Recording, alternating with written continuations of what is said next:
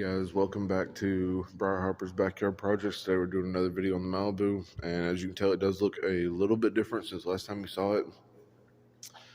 It's got the new sport mirrors on it. I painted the front header panel. We did some stuff to the doors and the interior. Just another short video to catch everyone up. If you like the videos, please like, subscribe, stick with the channel, guys. I'm trying to figure out more projects to do, but like it is winter time officially. Like it is freezing cold out.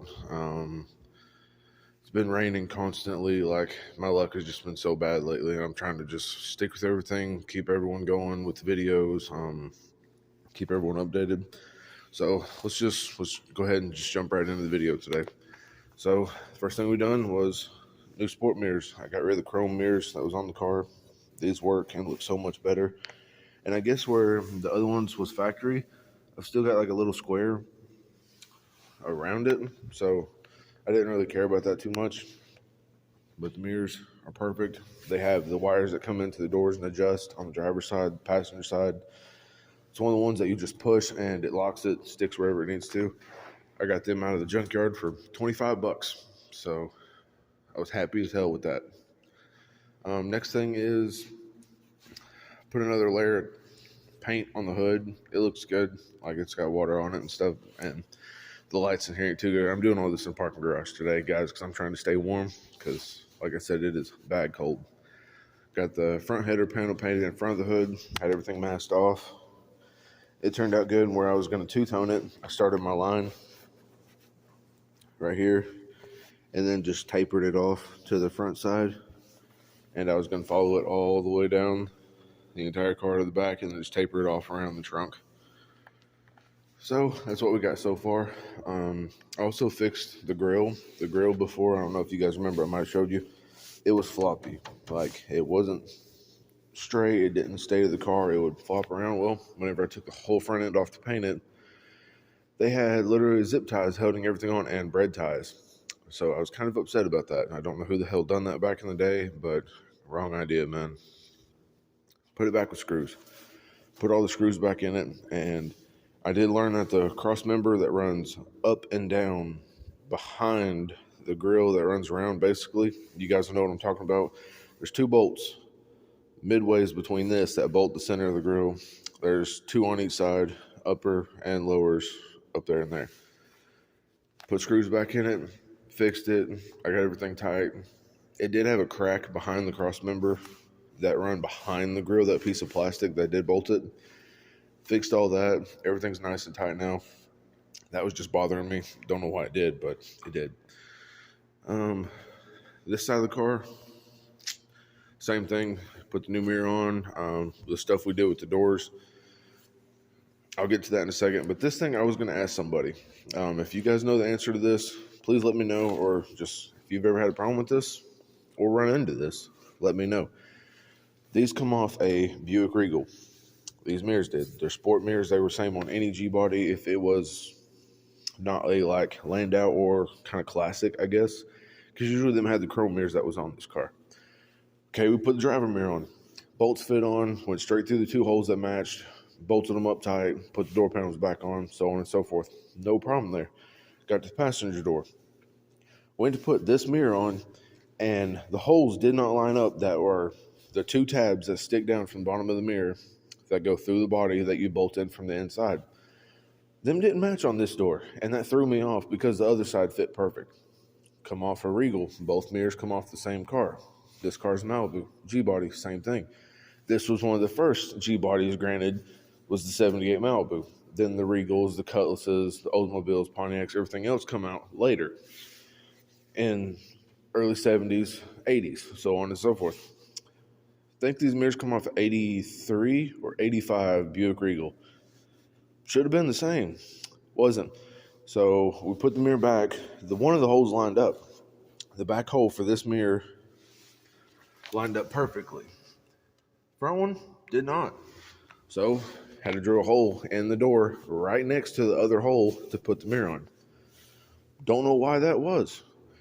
If you guys ever run into that problem, let me know. Or if there was some type of different years that they experimented with the mirrors or bolt holes or something, give me a shout, because I've never heard of that or run into that problem.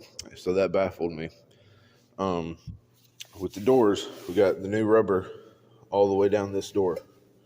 This one, perfect now. Door opens and closes like freaking butter. Line the door, like you can't get a better open and close than this.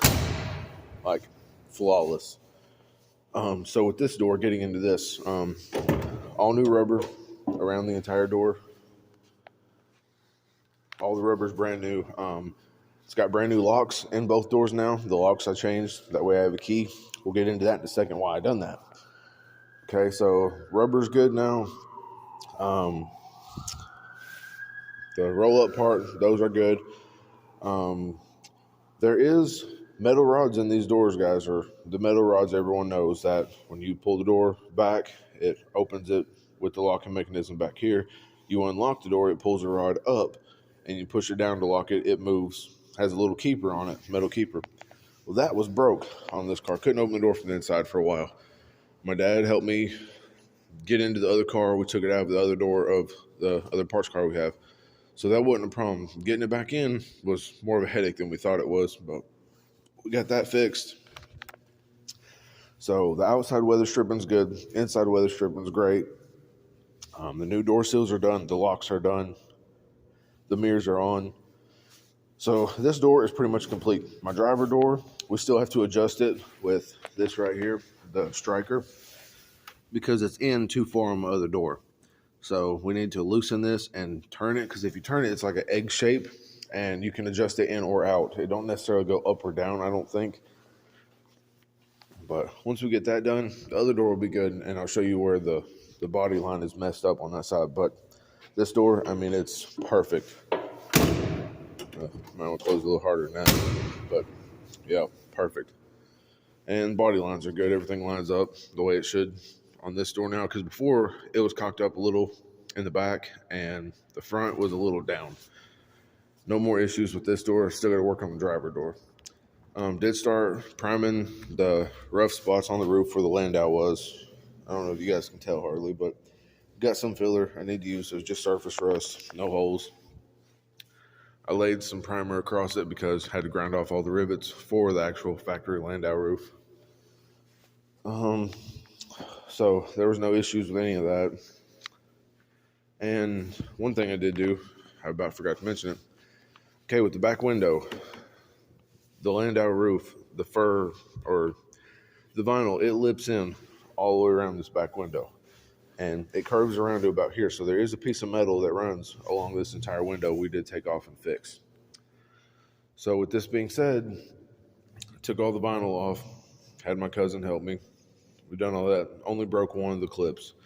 So I wasn't too worried. One of the rivets did break off right here. I think there was 7 across, and there was 3 down each side. And I think 8 or 7 more across the bottom, same as 3 on the other side. One of the ones on the right side did break.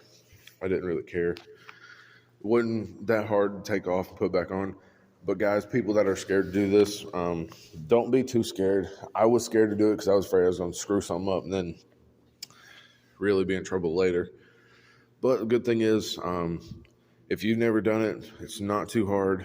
They make a tool to remove trim and chrome, so on and so forth. You can mostly buy it with these like plastic dip kits that you use on the interior. You can buy a hardware kit. Works perfect for this, guys. Never seen nothing work better to remove this chrome. So we removed the chrome, and I will let everyone know it's not plastic clips. See, people had me worried before. Everyone told me, oh, there's plastic clips that hold that on. You break them, you're screwed because you can't hardly find them now. No, that wasn't the case. I've done some research, took everything off. Metal clips, guys. They do rust. I'll put it that way. They can rust and they can break, but be careful doing it. But every clip on the back window is a metal clip. So you don't have to be too worried with all that or afraid you're going to really screw something up. Same on the front window. I did more research. All the chrome. If you have to have your window replaced, which I'm going to have to because, like I mentioned before, crack in the window, it's got metal clips around it too. So don't be too worried. Just take your time with it. Be careful. And all above, don't get stressed out if you can't get one off. Use a hardware kit. Flat screwdriver works good too. Just be careful. Don't want to hit your window or crack your window or something crazy like that. But other than that, no problems, guys. Don't worry too much about that if you ever haven't done it before and want to do it. I don't know a whole lot about removing roofs. I've done it one other time in my life on a 1985 Buick Regal, and wasn't too bad. I think the heat's kicking on in here. Sorry if it gets hard to hear, guys. But that's really so far it that we've done besides everything I've explained. Oh, while I'm back to this, why we put door locks in it? Hop in the car. Might be able to hear me a little better in here. Okay, so I don't know if anyone noticed, but the hood ornament's off the car. I wanted to keep the hood ornament. Well, I was driving one day, come home, and the hood ornament was leaning really hard. So I thought someone had hit it or messed with it or something. Well, I straightened it back up because they have a spring underneath them. Well, there is a spring and a bolt that's under the header panel that you can loosen the bolt, and it'll pull the whole chrome piece off the header panel if you ever want to delete it, fill it in with body filler, cheesecloth, whatever. But I wanted to keep it. I like the hood ornaments. I thought they was old, really cool, something they don't do anymore, and it gave the cars a great touch. Well, I put a car cover over it at night, went to uncover it one day. You can guess, my car cover grabbed it, broke it off. It broke the loop on the bottom of the actual hood ornament emblem. It didn't break the spring. So I pulled it off and I stuck it in my glove box. Well, I get off work one evening, had to go to Walmart, and didn't have door locks. Like I said, couldn't lock the doors, so on and so forth before. Well, go in Walmart, come back out, get in my car. But before I even get in the car, I noticed my driver door wasn't closed all the way. And I'm usually pretty good about closing my door, so I knew something was off there. I get in the car, my rear view mirror is twisted up. Like, it's not where I had it, so it's somebody's touched it or moved it, whatever. Glove box door was open. Stuff in my glove box was gone through. Well, somebody got in my car, and I guess they leaned in and they hit the mirror, whatever, and they didn't pay attention. Well, they stole the hood ornament out of my glove box and some other stuff that I had for the car, like extra throttle springs, stuff like that. So they got that. So if anybody knows where I can get another hood ornament, just let me know. I'd really appreciate it. I don't appreciate a thief at all, especially when it comes to my cars. Like, I've had nice, beautiful cars, guys, and it gets stolen and destroyed, and it disgusted me after. I had a beautiful white lowrider. Some guy got in. He about killed my mom in it. My mom and dad, they thought it was me, thought something was wrong with me, and it was like 3 in the morning. I was asleep upstairs. Somebody got in the car, or in my truck, and I was the only one that could keep the truck running, guys. Plain and simple. I had stuff done to it that I was the only one that could start it. Well, this truck, my truck was loud. It had Flowmaster 40 series on it. It was a lowrider. It was duals dumped off in front of the rear end. I could start it and keep it running. Nobody else could. Well, my truck kept getting started and dying, starting and dying in the middle of the night. Well, they got up and thought something was wrong and I was trying to leave in a hurry or something. Well, it wasn't me in the car, or my truck for that matter. Well, my mom didn't know, and my dad didn't know neither, and the guy slammed the door, threw it in reverse, and as soon as it started up that last time, he floored it to the floor. Well, my mom grabbed the side of my truck bed because she didn't know what was going on, and he literally dragged my mom down the driveway and up onto the road and about run her feet over. She had bloody feet, everything, because it drug her up on blacktop onto the road, and he took off down the road, and my mom and dad come running in the house. Well, my brother heard the commotion, ran upstairs, got me, went after my truck, jumped in the other vehicle, took off down the road. Well, I found my truck in the middle of the road, destroyed pretty much. The driver door handle was completely broke off. My column was destroyed. They broke the column all to pieces trying to start it. Well, in the process of all that, he hit a tree with it, trying to get it out of my driveway next to our fence line. So it destroyed my entire tailgate. It had a seamed-in roll pan. It bent the whole roll pan in two. It shoved the bed into the back of the cab on the right side, destroyed the whole cab down it. I mean, just demolished it. And I have pictures of the truck before, and if you guys want me to leave one, I'll leave it at the end of the video as well. But yeah, I've had people destroy my stuff, and I don't take kindly to it. Like, I hate a thief. I don't appreciate a freaking liar. When it comes to people's cars, our cars are our joy. They are what makes us happy. It's what we like to do. we love them. I mean, they become a part of us. Everybody customizes their own car to a certain extent. We all like to do it. That's why we do it. It's not that we don't like it, because if we didn't like a car, we would get rid of it and find something we do like, because our car is a representation of us. What we drive is what we want to feel, basically. And I'm sure all the car guys out here that's watching my videos or know me, they will agree 100%, because what you drive, it makes you feel happy. I mean, you can customize the heck out of it. You love it. I mean, you take care of it. You don't want to see it beaten, abused, or whatever. This truck was the same way. I mean, it was a great truck. Loved it. Had it a while. I mean, I got attached to it, and somebody else killed it.